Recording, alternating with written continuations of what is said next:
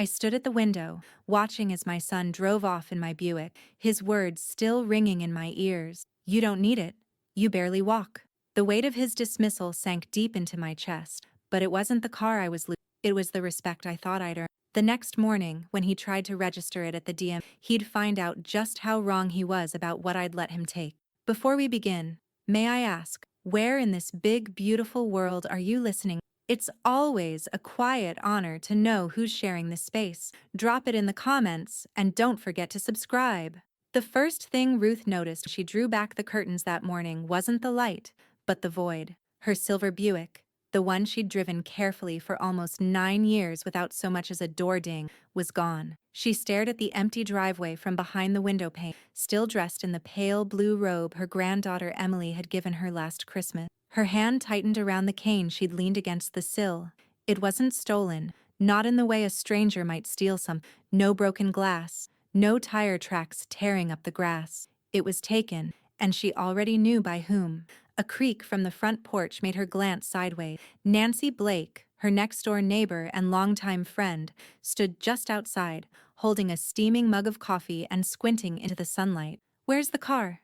Nancy asked, stepping closer, concern creeping into her voice. "Brian took it," Ruth said, her voice even, if a little quiet. "Sometime early this morning, I imagine." Nancy's brow furrowed. Without asking, Ruth nodded once, didn't even knock. Inside the house, Brian Miller tossed his keys onto the counter like they belonged there. The morning news was playing in the background, and the smell of reheated eggs clung to the air. Kelly, his wife, was scrolling through her phone at the kitchen table, half listening. "I took Mom's car to the DMV," Brian said casually, opening the fridge. "Gonna see if I can get it under my name. She barely drives anymore. It's a waste just sitting there." Kelly looked up from her screen, blinking slowly. "Did you ask her?" He didn't answer right away. He poured himself a glass of orange juice and took a sip. "She doesn't need it," he finally said. "Hell, she barely walks. I'm running to the store for her, getting her meds, taking Emily to campus half the time." "It makes more sense?" Kelly smirked, almost reflexively. "She's not gonna like it." "Well, she doesn't exactly get a vote." In the hallway, Emily paused halfway down the stairs, her criminal justice textbook pressed against her chest. She had heard every word. The sound of her father's voice, entitled, dismissive, settled in her stomach like sour milk. She waited until the voices in the kitchen faded before slipping out. She found her grandmother in the sunroom, the curtains pulled open just enough to let in the gray morning light. Ruth sat in her chair, a small notebook open on her lap, pen in hand. "He took it?" Emily asked gently, setting her book down on the coffee table. Ruth didn't look up. She was writing deliberately, slowly, each number and letter pressed deep into the paper. "Brian doesn't think I notice things," Ruth said, "but I've kept logs since I was a nurse. Mileage, oil change, tire pressure. Nothing escapes ink and paper." She held up the notebook for Emily to see. Mileage when last driven, 94,238. Date, Wednesday, 8:12 a.m. Driver, Brian. Emily sat beside her. "You're documenting it?" Ruth nodded. "If he wants to treat me like I'm invisible, he can live with what he doesn't see coming." Emily hesitated, her eyes scanning her grandmother's lined face. "Do you want me to say something to him?" "No," Ruth said simply. "This isn't about raising voices. It's about raising evidence." An hour later, Nancy let herself in through the back door, holding a Ziploc bag filled with lemon muffins and that familiar fire in her eye. She placed the bag on the counter and walked into the sunroom without needing an "I just saw that overgrown man-child driving your Buick like it was a damn Uber car," she said. "Tell me you didn't give him permission." "I didn't," Ruth replied calmly. Nancy let out a sharp breath. "He's out of his mind. I'm aware." "Then don't just sit here, Ruth. Start writing everything down. Times, dates, mileage, hell, receipts if you have them. Don't give him a single crack to crawl through." "I already started," Ruth said, tapping her. Nancy's eyes softened. She sat down beside her friend and leaned in, lowering her voice. "Don't argue with him. Men like that feed on it. Just document. Paper holds up better than pride." Ruth gave the faintest of smiles. "He thinks wheels mean power," she murmured. Nancy blinked. "What's that supposed to mean?" Ruth looked out the window, her tone steady as iron. "Let's see what happens when I steer from the passenger." It wasn't until that night, when the house had gone still and the hum of the refrigerator was the loudest sound in the room, that Ruth noticed the folder was gone. She kept it tucked between the pages of an old Reader's Digest on the bookshelf. Nothing fancy, just a manila envelope containing the original car title, insurance paperwork, a few maintenance receipts, and the service schedule she'd annotated by hand in blue pen over the years. She'd placed it there herself 6 months ago, the last time her insurance agent sent an updated policy. Now, the magazine still sat there, but the envelope no longer lived inside it. She didn't panic. Not immediately. She simply sat back in her armchair, her fingertips resting on the empty space where the papers used to be. Her heart beat slower than she expected, as if it had already known this moment. Across the hall, the low murmur of voices filtered through the thin walls. Kelly's whisper was sharp and urgent. "You can't register it without the title. Did you grab it?" "I told you, I took everything. She won't even notice it's missing. By the time she asks, it'll already be done." "Brian, if the DMV flags it, it won't. Just trust me. She can't prove anything without that folder." Ruth didn't move. She simply blinked once, slowly, then reached for her cane. 15 minutes later, she stood at the back of her bedroom closet, gently pushing aside coats and shoeboxes. The old lockbox was still there, steel gray, scuffed on one corner, the combination dial a little sticky. She twisted the numbers carefully. She opened the lid and exhaled. Inside sat a duplicate title, unsigned, crisp as the day it arrived in the mail.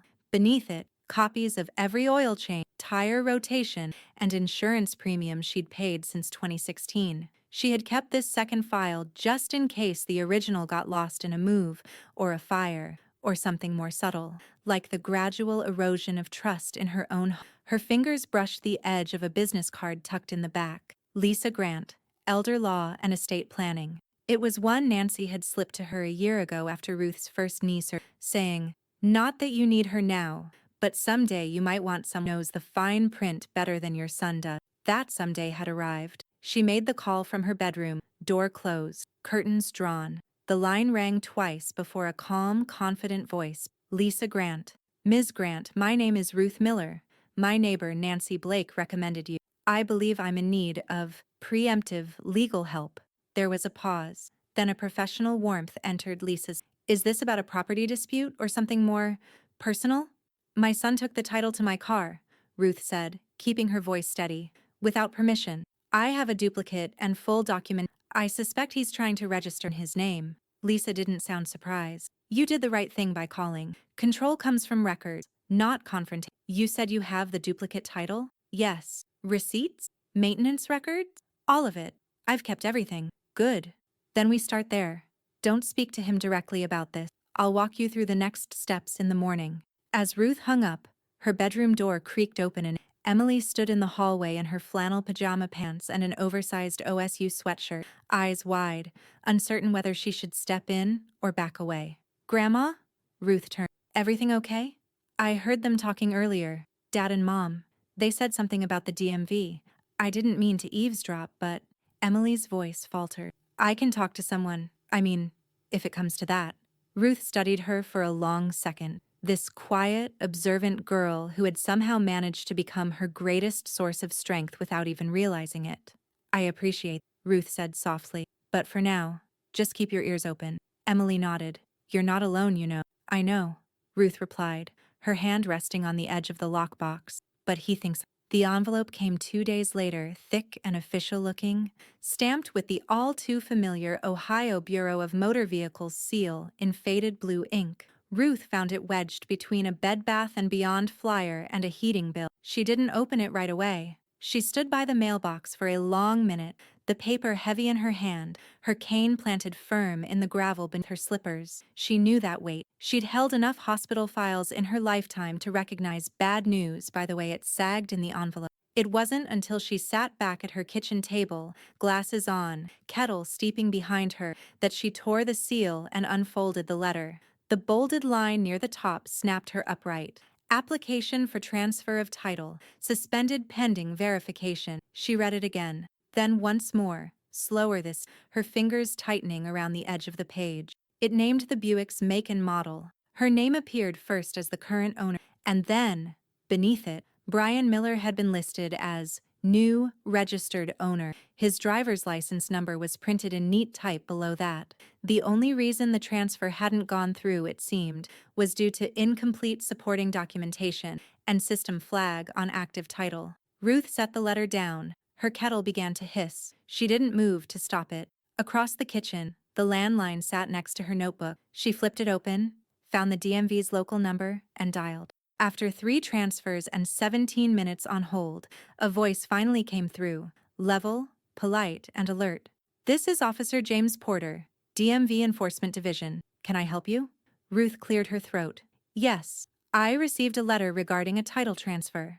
It says my car was submitted for registration under someone else's name. Do you have the reference number on the top right corner?"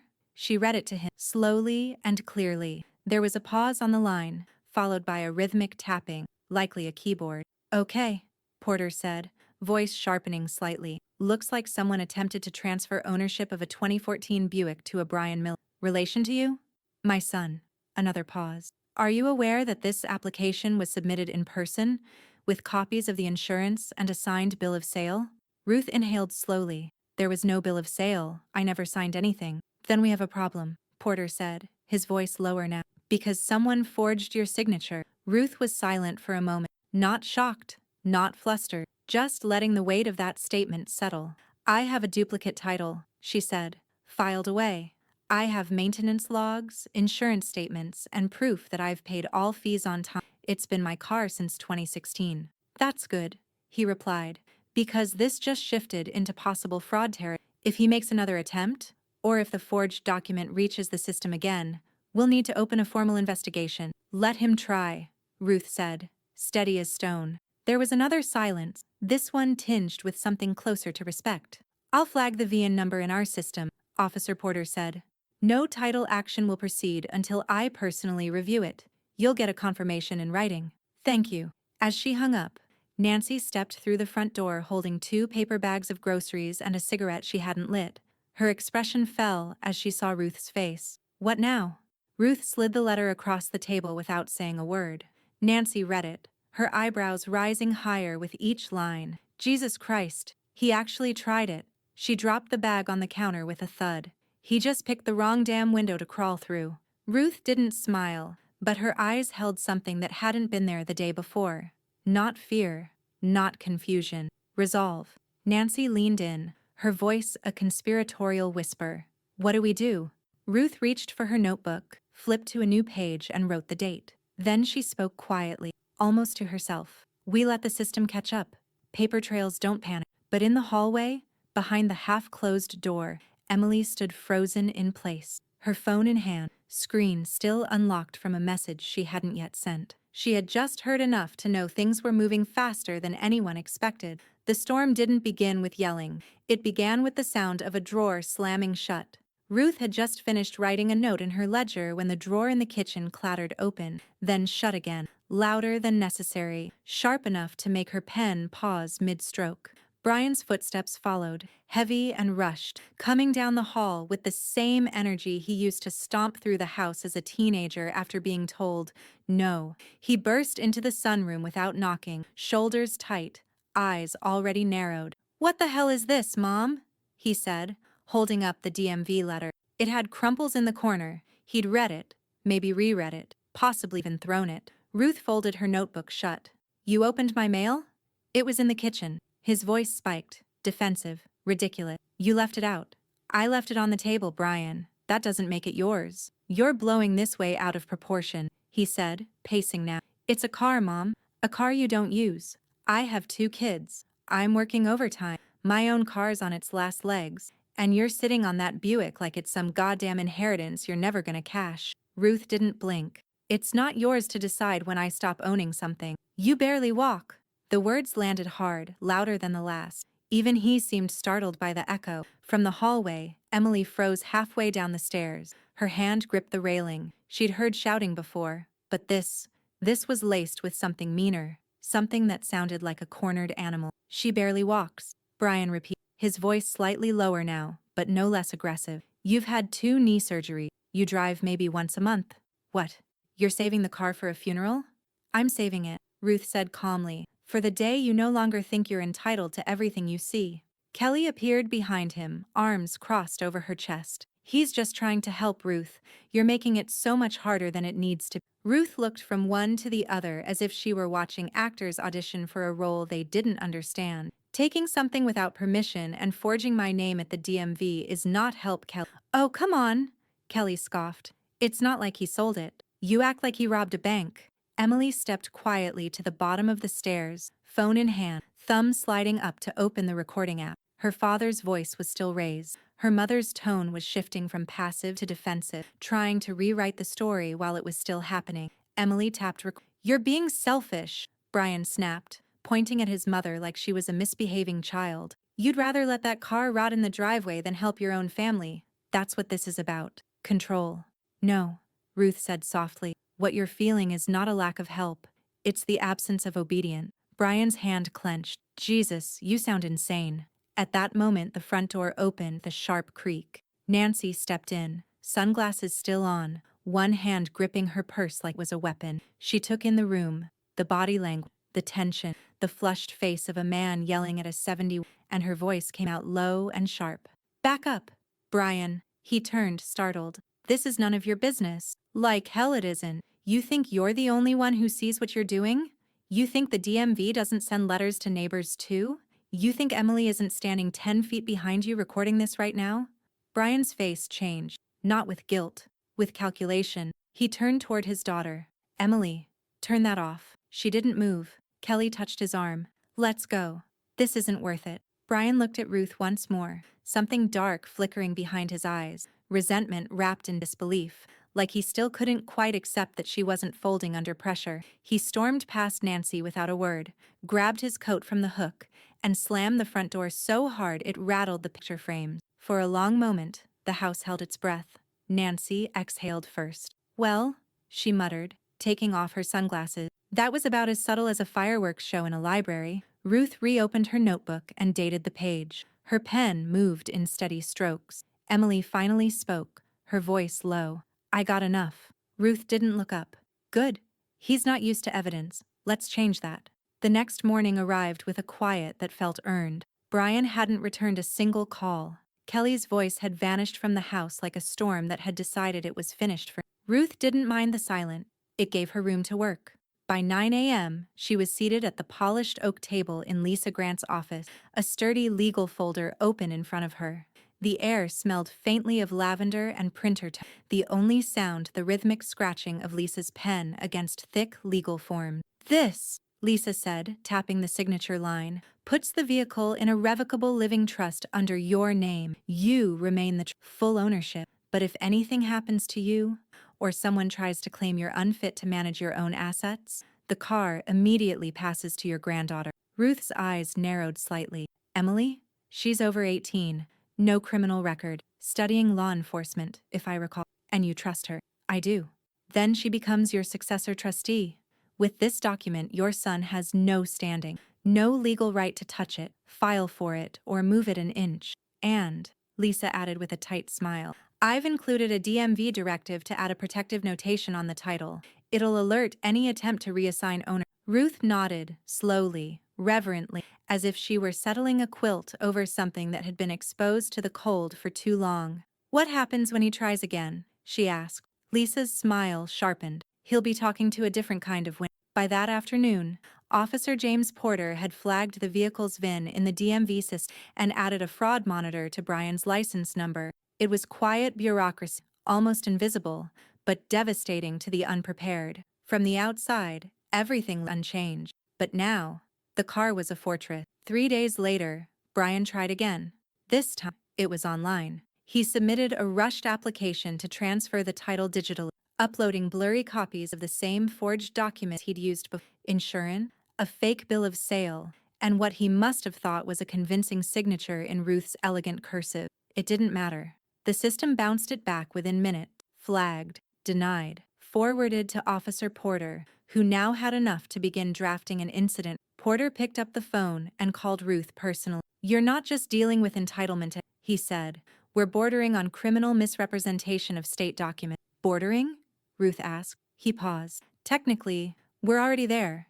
We're just giving him the benefit of the doubt, for now. Ruth thanked him and hung up. Her hands shook only slightly. more from age than fear. Later that afternoon, Emily arrived home from her part-time shift at the campus library to find her grandmother sitting behind the wheel of the Buick, parked in the driveway. The engine was on, humming low and warm. "Where are you going?" Emily asked, surprised. "You sure your knee's up for that?"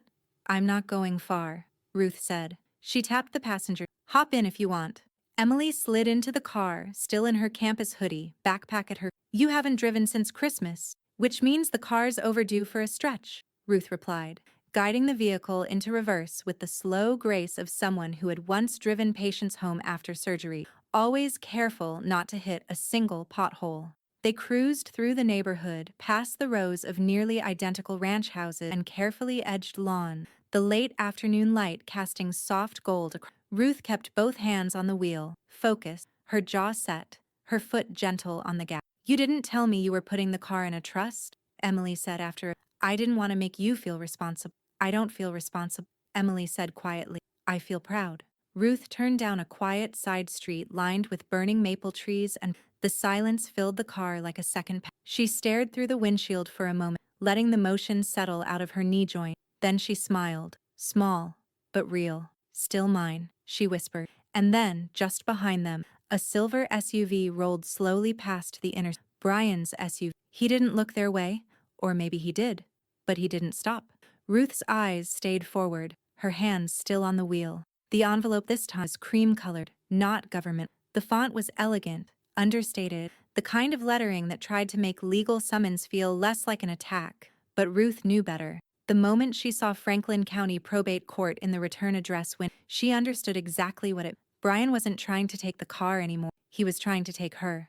Lisa arrived the next morning, briefcase in hand, wearing a black blazer that matched the no-nonsense edge in her voice. "He filed a guardianship petition," she said, pulling out paper. "Claims you're mentally and physically incapable of managing your affairs." Ruth gave a dry chuckle. "So he's skipped theft and gone straight to elder capture." Lisa didn't smile. "It's serious. He's asking the court to take control of your financial decisions, including your trust, your vehicle, and any assets under your name. He knows I'm still competent." Lisa finally looked up, her gaze direct. "This has nothing to do with what he knows. It's about what he thinks the court might be if you don't fight back." Ruth closed her notebook with care and met her attorney's eyes. "Then, let's go show them what belief looks like." The courtroom was colder than it needed to be. Walls painted a sterile gray, the seal of Ohio glinting on the wall behind the bench. Judge Thomas Reynolds sat high above them, his reading glasses low on his nose, flipping through the petition with barely veiled ears.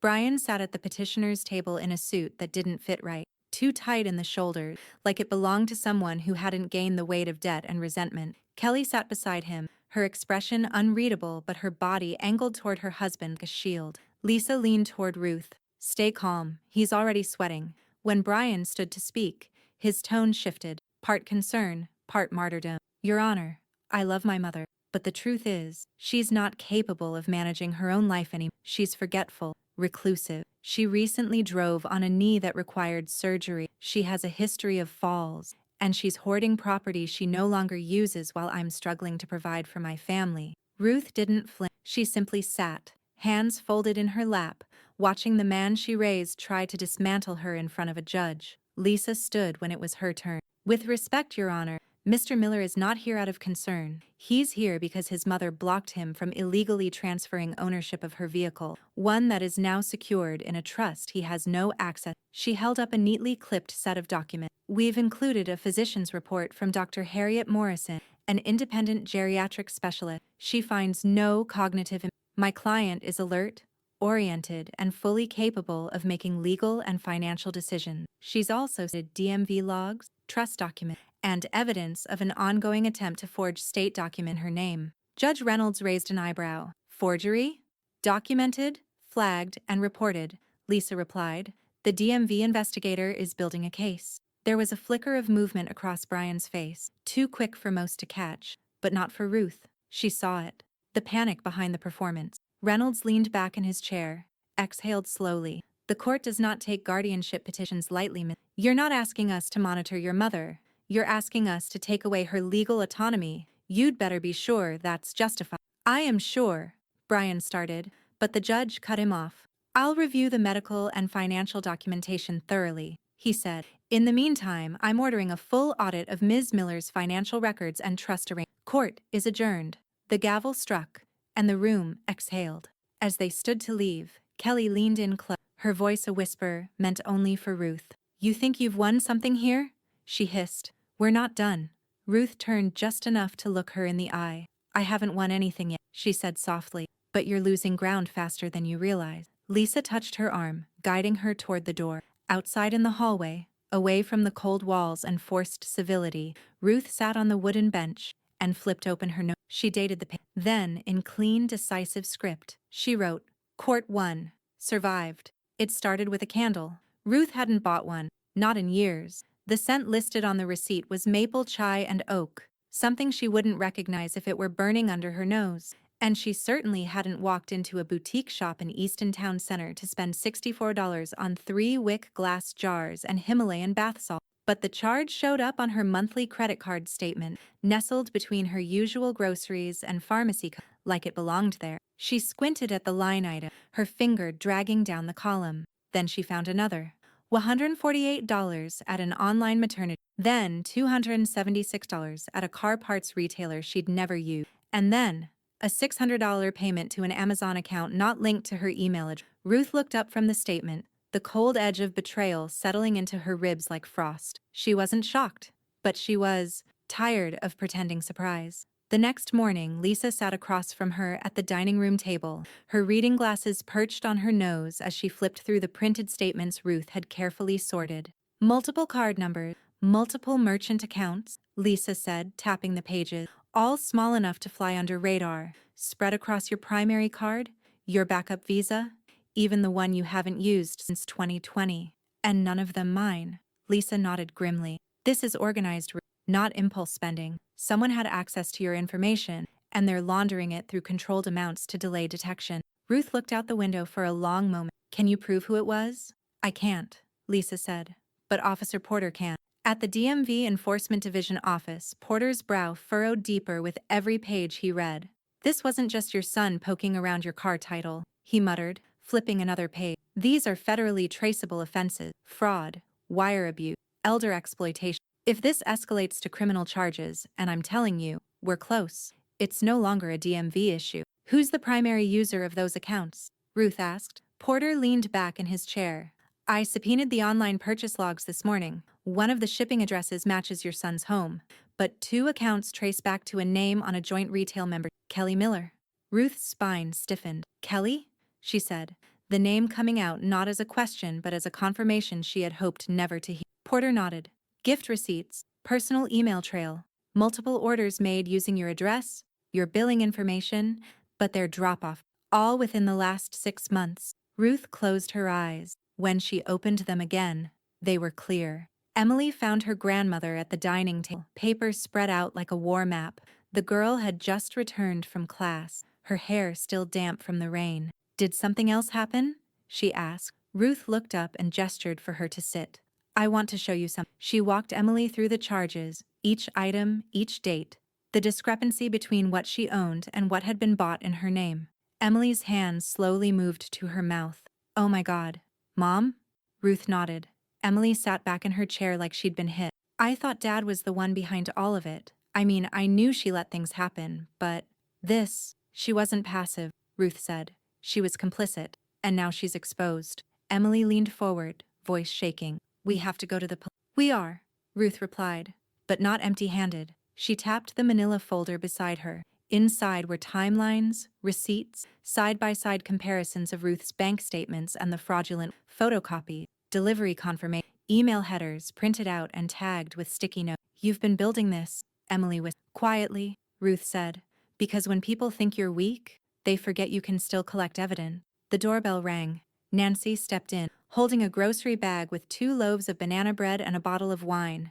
I heard Kelly's car didn't come home last night, she said by way of greeting. That woman's spine is as hollow as her empathy. Ruth didn't look up from her. She left a trail. Nancy set the bread on the counter. Well, darling, he might have gotten the car moving, but he can't drive over this one. Ruth flipped to a fresh page in her notebook and wrote, Fraud trail, active. The bank manager didn't speak for the first 30 seconds. He sat behind his glass-topped desk, flipping through the pages Lisa had placed in front of him, lips pressed into a line so flat it looked painted on. His nameplate, Gerald Wexler, Client Services, gleamed under the overhead lights, but his eyes said more than his title ever could. "This isn't good," he muttered finally, sliding one page to the side.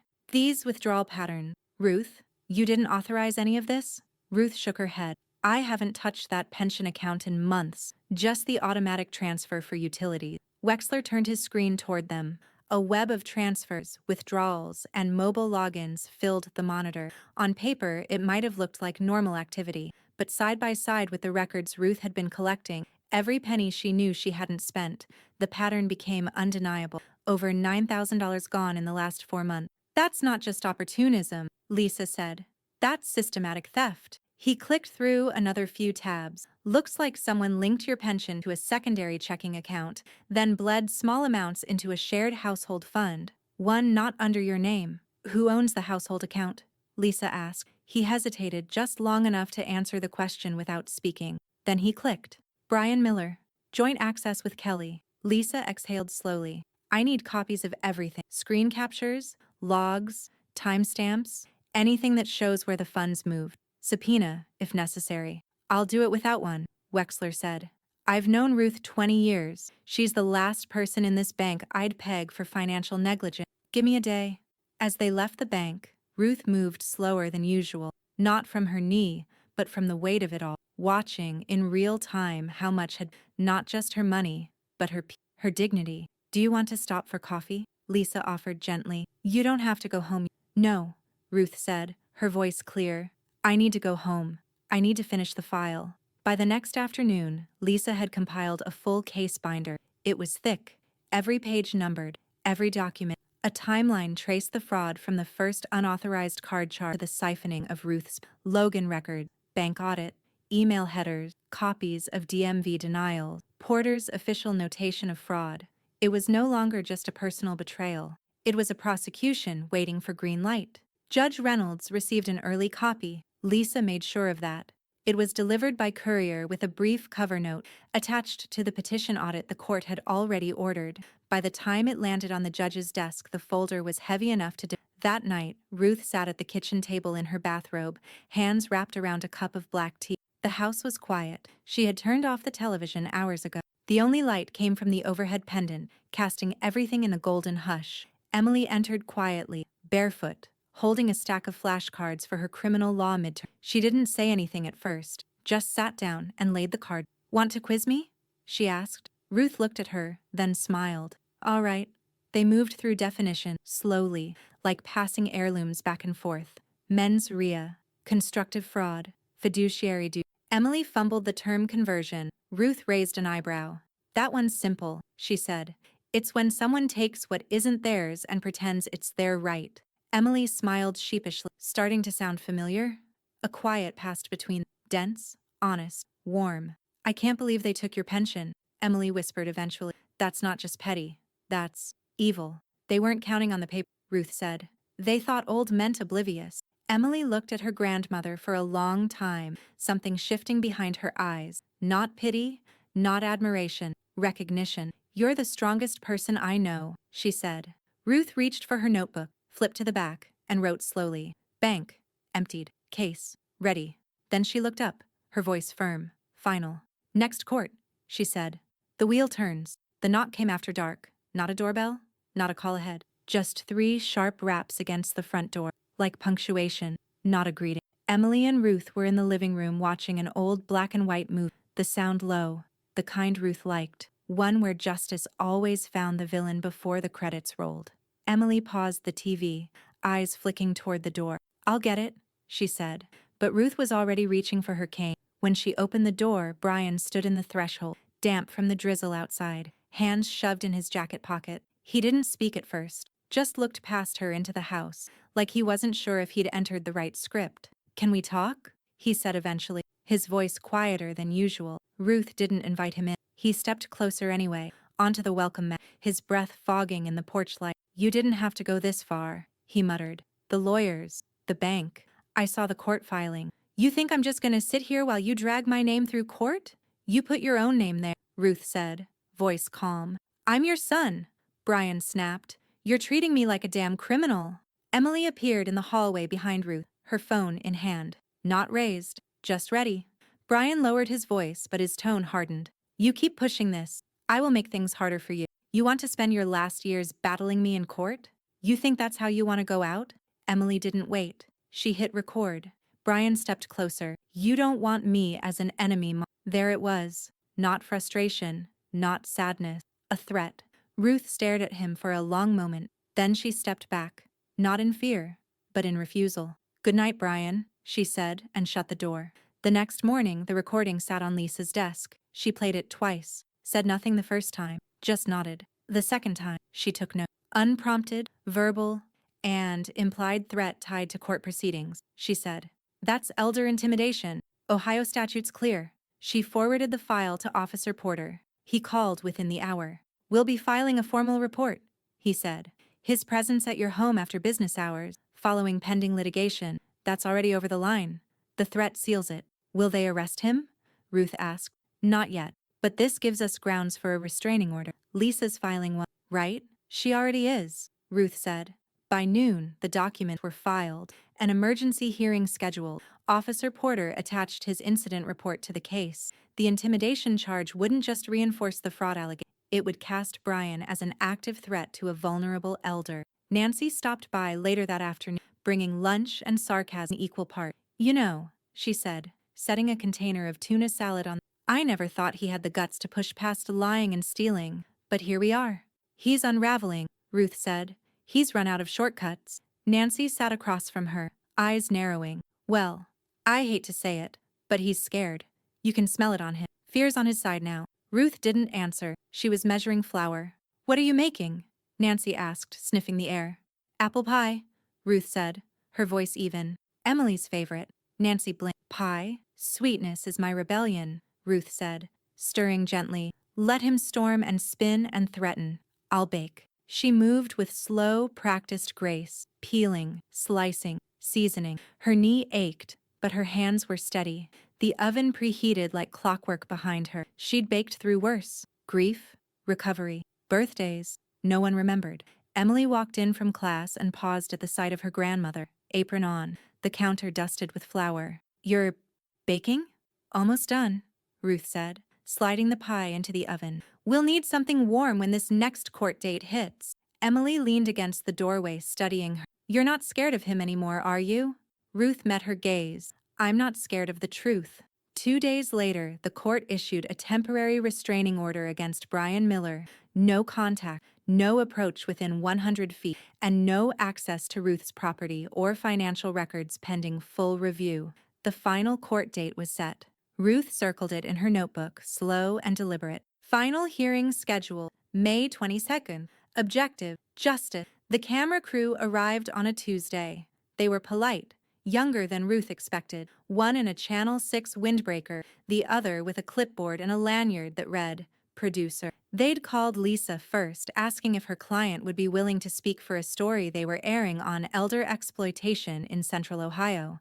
A series, they called it, Human Interest, Community Awareness. Lisa asked Ruth, and Ruth thought about it for less than 5 seconds before answering. Let them bring their lens. I've already lived the story. They filmed in the sunroom, Ruth in her favorite armchair, soft, natural light filtering through the curtain. Emily sat off camera, watching as the producer asked Ruth to describe what it felt like, realizing your own son was siphoning away your future, dollar by dollar. It didn't feel like theft, Ruth said quietly. It felt like erasure, like I was being rewritten as someone too feeble to notice. She paused, then looked into the camera. But I noticed. They showed footage of the courthouse, the DMV, even a blurred screenshot of the online complaint Lisa had helped file with the Attorney General's office. The segment was short, just under 4 minutes, but it ran during the 6 o'clock news on a Thursday evening, right between the weather report and a sports update about a high school quarterback breaking his collarbone. The headline was clean, simple, and devastating. Columbus woman fights son over alleged elder fraud, court steps in. Within 24 hours, the phone started ringing. Nancy was the first to call, howling with laughter. You're famous, she said, and he's going to lose his mind. Lisa forwarded emails from local advocacy groups asking if Ruth would speak at a senior rights forum later in the month. Officer Porter sent a short message. For what it's worth, my mom called. She said you're a hero. And the neighbors, oh, the neighbors, began to whisper differently. The ones who had nodded politely but said nothing when Brian's SUV blocked Ruth's driveway now gave a little wave. One left a pound cake on her doorstep that read, "You're braver than I'll ever be." The barista at the cafe Ruth hadn't visited in months gave her a free cup of tea when Emily took up their order. The community, once silent, was stirring. Brian, however, was not silent. Lisa heard from his attorney an angry, defensive message about trial by media and biased narrative construction. Ruth heard through the grapevine that Brian had been asked to step down from a minor volunteer board at a local business. Someone had printed out the news article and taped it to the door of his workplace. His reputation wasn't just bruised, it was bleeding. Kelly had gone quiet. No court files, no contact, just absent, like a ship already lifting anchor. Ruth, on the other hand, stood a little taller that week. The limp was still there, the knee still stiff, but something else had shifted. For the first time in months, she wasn't just defending her, she was being heard. That evening, after the second airing of the story ran during the 11 p.m. broadcast, Emily knocked gently on her bedroom door. "You decent?" she asked, peeking in. "Only in spirit," Ruth replied, setting her book down. "Come in." Emily sat beside her edge of the bed, a little quiet, a little thoughtful. "I watched it again," she said. "You were incredible. You didn't flinch once." "I did, inside," Ruth said, smiling gently. "But I've learned how to flinch behind the—" Emily looked at her for a long moment. "I don't think you know how many people need to hear you. Like, I did. I'm in school to learn how to protect people, and I still didn't know how." "You did," Ruth said. "You recorded him. You stood behind me. You're still here." Emily nodded slowly. "Yeah, but now the whole city knows who he is, who you are." Ruth reached for her notebook, flipped it open to a clean page and wrote, "Public record, activate, respect, overdue." Then she closed it softly and whispered, mostly to herself, "Respect arrives late, but it arrives." On the other side of town, Brian sat in his dark living room, watching the story replay on loop. The camera lingered on Ruth's steady voice, on her calm presence, on the phrase, "He didn't just steal my car, he tried to steal my name." He stood up, threw the remote across the room and watched it crack against the wall. The courtroom was fuller than expected, not crowded, but occupied by quiet eyes and careful silence. A few elderly spectators had come after watching the Channel 6 feed. One woman in a floral scarf took notes in a spiral-bound pad. A young man in a public policy hoodie sat in the back row, arms crossed, brow furrowed. Ruth sat with her hands resting gently in her lap, her notebook closed and tucked inside her purse. She didn't need it today. Lisa stood at the plaintiff's table, her posture razor straight, documents in neat stacks, eyes sharp and steady. The judge, Reynolds, as stoic as ever, entered with a nod and adjusted his glasses without a word. "Let's proceed," he said. "This is continuation of docket 22 CV 1090, allegations of financial exploitation, forged documentation, and elder intimidation." Lisa rose smoothly. "Your Honor, we submit the following: notarized trust documents confirming ownership of the vehicle in question, DMV rejection logs tied to attempted title fraud, and verified bank reports outlining unauthorized transfers from Ms. Miller's pension into accounts held jointly by the defendant." She handed the binder to the bailiff, who delivered it to the bench. Reynolds flipped through, eyebrows ticking up only once, at the page marked with a yellow tab labeled Redacted Email Thread. "K. Miller Purchase Orders. Proceed with witness," he said. Lisa turned. "The plaintiff calls Officer James Porter." Porter stepped to the stand in his DMV-issued uniform, buttoned up, calm as a tide. His testimony was measured, just facts, no embellishment. He walked through Brian's attempted title transfers, the forged bill of sale, the notation request from Lisa, and the system alerts that flagged the application. "Was the title ever legally transferred out of Ms. Miller's name?" Lisa asked. "No, ma'am," he said. "Every attempt was flagged, and all documentation shows continued ownership under the original title holder, Ruth Miller." "And did any submitted forms bear signs of forgery?" "Yes," Porter replied. "The signature on the bill of sale did not match historical records of Ms. Miller's handwriting. A forensic handwriting analyst confirmed this." Ruth didn't react. Neither did Brian. but Kelly shifted slightly in her chair. Lisa nodded. No further question. Porter stepped down. Next came Emily. She moved quietly to the stand, dressed simply. Black pants, gray sweater, no makeup. She sat tall, cleared her throat, and looked straight at the judge. Lisa kept her questions brief. Did you witness your father make any verbal threats toward your grandmother? Yes, Emily said. I recorded it. He told her she didn't want him as an enemy. He implied she was wasting her life by fighting him in court. And your mother? Emily hesitated. She didn't say anything, but she used my grandmother's credit card. I saw the receipts. She made orders in Grandma's name. She used the Amazon account. Did Ruth authorize any of that spending? No. Lisa nodded. Thank you. As Emily stepped down, her gaze briefly locked with Ruth's. Then Lisa turned to the defense. Defense has declined to call witnesses, the clerk announced, but Reynolds raised a hand.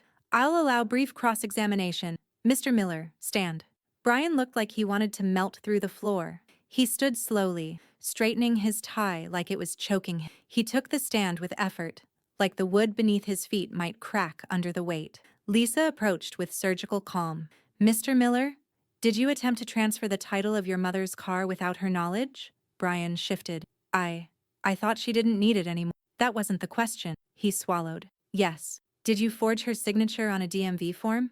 He glanced at Kelly. Her eyes stayed forward. I don't remember doing that. Do you deny taking funds from her pension?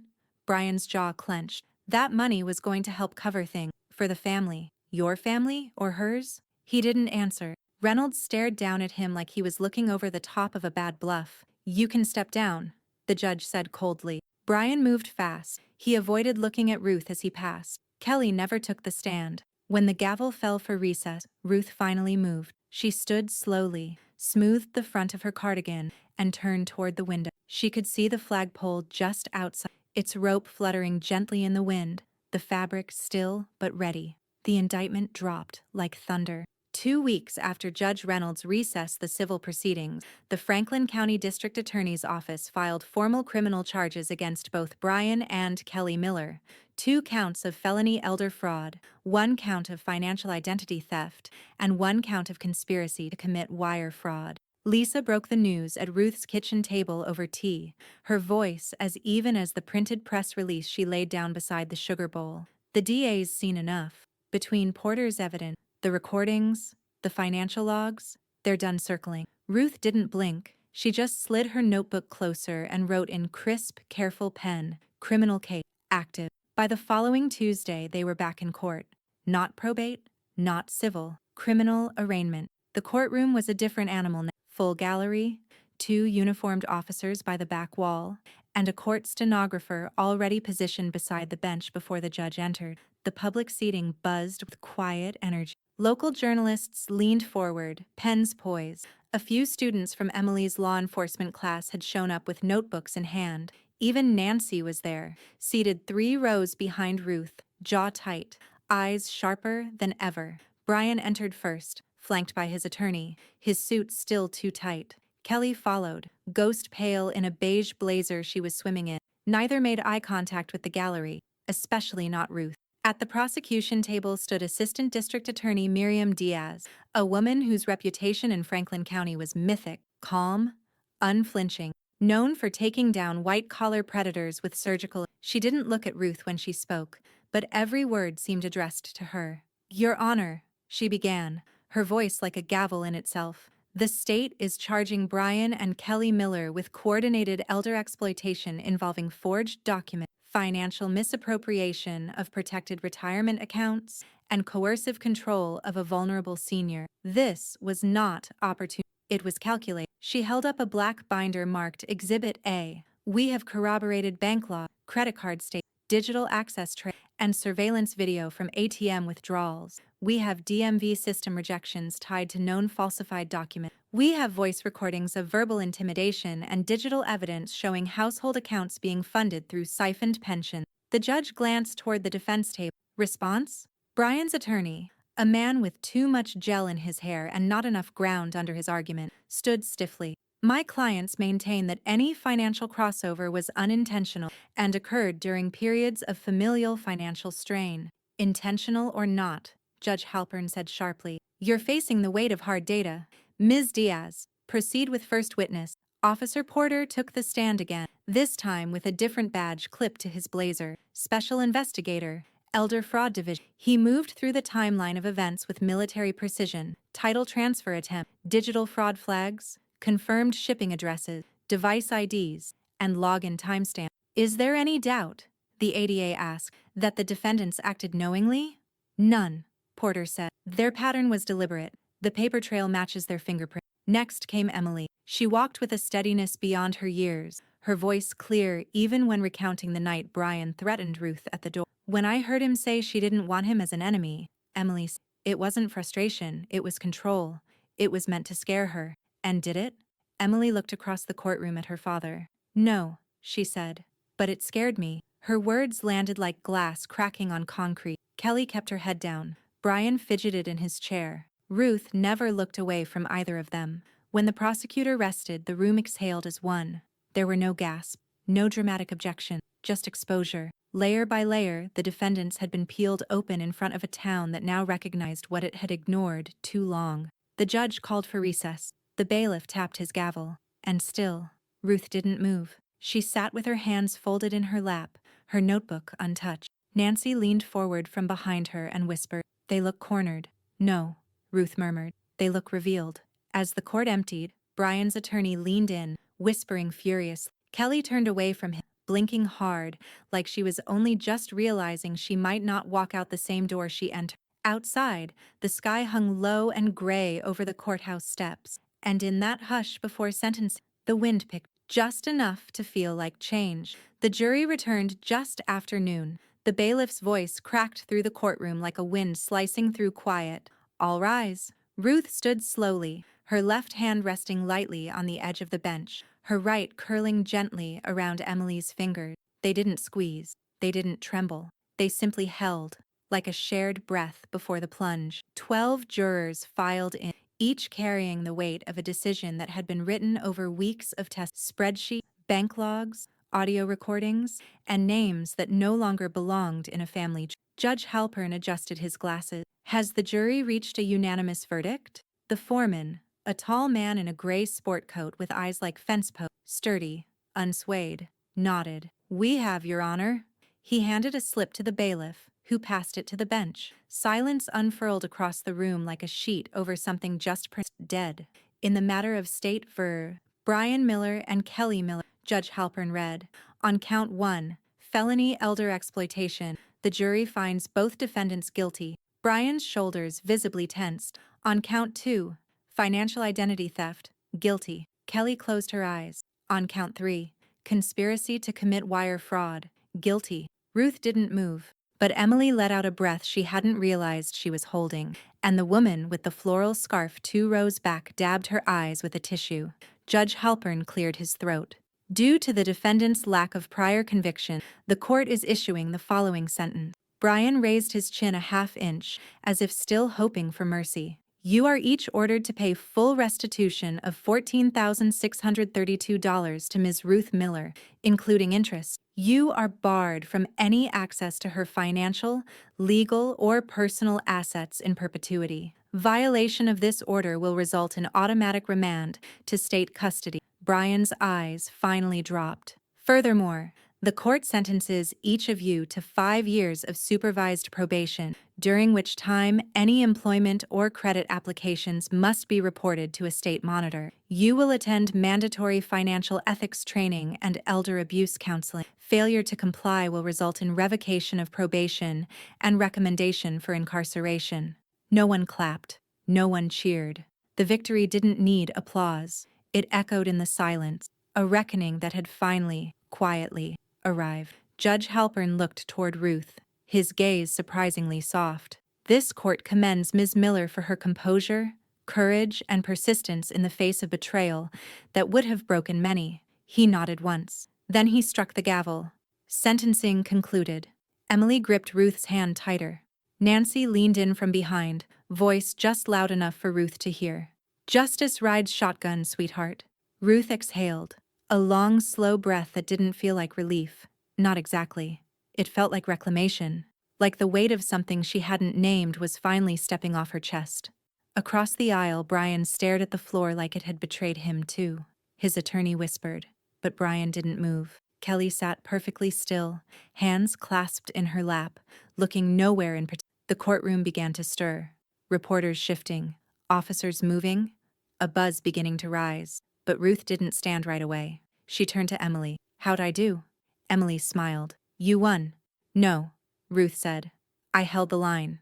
The court just caught up. She rose slowly, steady, letting her hand linger on the bench as if thanking it for bearing witness. They walked down the courthouse steps under a sky patched with late spring sun. A Channel 6 van idled at the curb, but no one called out this time. The story had already been told. At the bottom of the stairs, Ruth paused. Brian and Kelly exited a side door, escorted by an officer. No handcuffs, but no freedom in their posture either. Their eyes didn't meet hers, but it didn't matter. She wasn't looking for remorse. She was looking forward. Emily helped her into the passenger seat of Nancy's car. Nancy got behind the wheel, pulled on her sunglasses, and glanced in the rearview mirror. "You know what's next, right?" she asked. "What's that?" Ruth said. Nancy smirked. "Pie. Always pie after justice." Ruth smiled, the smallest, truest smile of the day. Then she flipped open her notebook one last time before the car pulled away and wrote, "Verdict, returned, power, restored." The keys felt different in her hand this time. Not heavier, not lighter, just earned. Ruth slid behind the wheel of the Buick with the practiced grace of someone who had once known every shortcut in this town, back when she drove carpool on Mondays and casseroles on Sundays. Emily buckled into the passenger seat without saying a word, her hand still curled loosely around a half-finished bottle of water from the courthouse. The ignition turned over on the first try. Ruth glanced once in the rearview mirror, not for traffic, but for closure. Then she pulled onto the road, slow and steady. The windows were cracked just enough to let the spring air in. It smelled like grass, a hint of warm concrete, and something floral blooming 2 blocks over. Faint, but full of promise. Emily let her arm rest near the edge of the window, the wind tugging at her sleeve. "Grandma?" she said softly. "Hmm? You're actually driving." Ruth didn't look away from the road. Never forgot how. They passed the city library, then the old hardware store where Ruth used to buy winter salt by the bucket before her knees made hauling impossible. Life had changed since then, but not the corners, not the trees that overhung Maple Ridge Drive, or the slow-bending roads that still curved like memory. At the final light before their neighborhood, Ruth tapped the brake gently, rolled to a stop, and rested both hands at 10 and 2. Her wedding ring caught the sunlight and threw a glint across the steering wheel. Emily turned toward her. "What now?" Ruth considered that, then smiled. "We go home." The light turned green. They pulled into the driveway 20 minutes later. Nancy was already on the porch, a bouquet of white daisies in one hand and a canvas tote bag slung over her shoulder like she was ready to fix the world if called upon. "Well, well," she called out as the Buick came to a full, precise stop. "Look at you. Hot wheels and cool nerves." Ruth opened the door slowly, one hand braced against the car frame. Her knee ached, but it felt like the kind of ache that comes after a long hike, the hurt you earn. "I figured," she said. "It was time I drove myself across the finish line." Nancy held out the bouquet. "For the champion." Ruth took them with a nod of thanks. "What's in the tote?" "Lemon bars. Legal victories require citrus." Emily grinned, brushing hair behind her ear. "You really believe in food-based justice, huh?" "It's the most reliable kind," Nancy said. Inside, the house smelled faintly of cinnamon and old books. Lisa sat at the dining table with a manila envelope beside her laptop. She stood when she saw Ruth. "The restitution transfer. Paperwork is done," she said. "Direct deposit from his monitored account to yours. First installment should hit next Monday. I'll send you the confirmation." Ruth nodded once, still holding the daisies. "You've done more than enough." Lisa looked at her for a long moment, something proud softening the sharpness in her features. "You did the hard part. I just translated." After she left, Ruth moved through the living room slowly, like she was reacquainting herself with something she didn't realize she'd missed. She paused by the piano, the one no one had played in years, and ran her fingers gently across the keys. No sound, just memory. Then she walked to the kitchen, opened the drawer beside the stove, and slipped her notebook inside. Closed. Tucked away. Emily leaned against the doorframe, arms folded. "You're not going to write about the drive?" "No," Ruth said, washing her hands in the sink. The drive isn't the story. The fact I'm the one behind the wheel is. Emily nodded slowly, her voice barely above a whisper. Grandma, you're stronger than anyone. Ruth turned toward her, drying her hands with the faded dish towel that had survived 2 remodels and a marriage. I'm not strong, she said. I just don't stall. The wind moved the kitchen curtains slightly. Outside, the Buick sat in the driveway, clean and quiet. Inside, Ruth set a kettle on to boil. Because even after justice, there's always time for tea. The podium was simple. No gold trim, no elevated stage, just clean wood, waist height, with a single microphone and a folded name card that read, Ruth Miller, Survivor and Advocate. The conference room inside the Franklin County Civic Center held about 80 chairs. Most were filled, some by students, others by attorneys, caseworkers, retirement community liaisons. A few were seniors themselves, seated with quiet dignity, hands folded over tote bags that read, Ohio Elder Justice Coalition. Ruth stood in front of them in a navy blazer and soft beige slacks. No notes, no papers, only her voice. When someone steals your wallet, she began, you call the police. When someone steals your name, it takes longer. The room stilled. They don't show up in ski masks. They come with hugs, family photos, and, I'm just trying to help. But behind that kindness is erasure. They rewrite your life, signature by signature, charge by charge, until even the bank starts to forget who you are. She let that settle, then continued, steady and clear. My son forged my name. My daughter-in-law used my pension to buy scented candles, and when I pushed back, they filed a court petition to take my autonomy. Not my house, not my car. Murmurs swept through the front row. I did not scream. I documented. I did not beg. I filed. I did not vanish. I drove myself here. The room sat upright, listening, fully now. I am not an exception. I'm just prepared. And that's why I'm here. Because if someone like me can forget to double-check her bank records for 6 weeks, then someone like you can too. And if someone like you can speak up, you may save someone else before they lose what I nearly did. A pause. Then her final line. Elder justice doesn't arrive on sirens. It arrives on wheels. Mine just happened to have 4 of them. The applause came not in a wave, but a rise, row by row, like people remembering how to stand. Emily, seated just off stage, clapped first. The kind of clapping that lights her whole face, eyes bright and unblinking, jaw set with pride that had no room for embarrassment. Lisa nodded, arms crossed, satisfied. Nancy whistled, low and sharp, from the back corner. As Ruth stepped down from the podium, a woman in a gray cardigan leaned over from the audience and whispered, I wish my mother had you in her corner. Ruth smiled softly. Now she does. Outside, the sun had started its slow descent, throwing warm slats of light across the parking lot. The conference building's glass doors reflected sky and motion, just enough to catch Ruth's eye. Emily walked beside her. That was amazing, she said. You didn't even flinch. I've practiced, Ruth replied. They reached the Buick. Nancy was waiting, leaning against the hood with her arms folded and an iced coffee in hand. Well, she said with a grin, from garage threats to applause, not bad for someone who barely drives anymore. Ruth opened the car door with a small smile. I never stopped moving forward. I just slowed down long enough to let them trip. She settled into the driver's seat as Nancy slid into the back, and Emily took her place in the passenger side. The car pulled out slow, calm, past rows of parked vehicles, past the banners that read, Protect Our Elders, and onto the sunlit road home. Traffic was light, windows cracked. A hint of lavender from a roadside flower stall drifted in with the breeze. They didn't talk much on the ride. They didn't need to. Ruth's hands were firm on the wheel, steady, owned. And when he tried to register it at the DMV, the name on the title was still mine.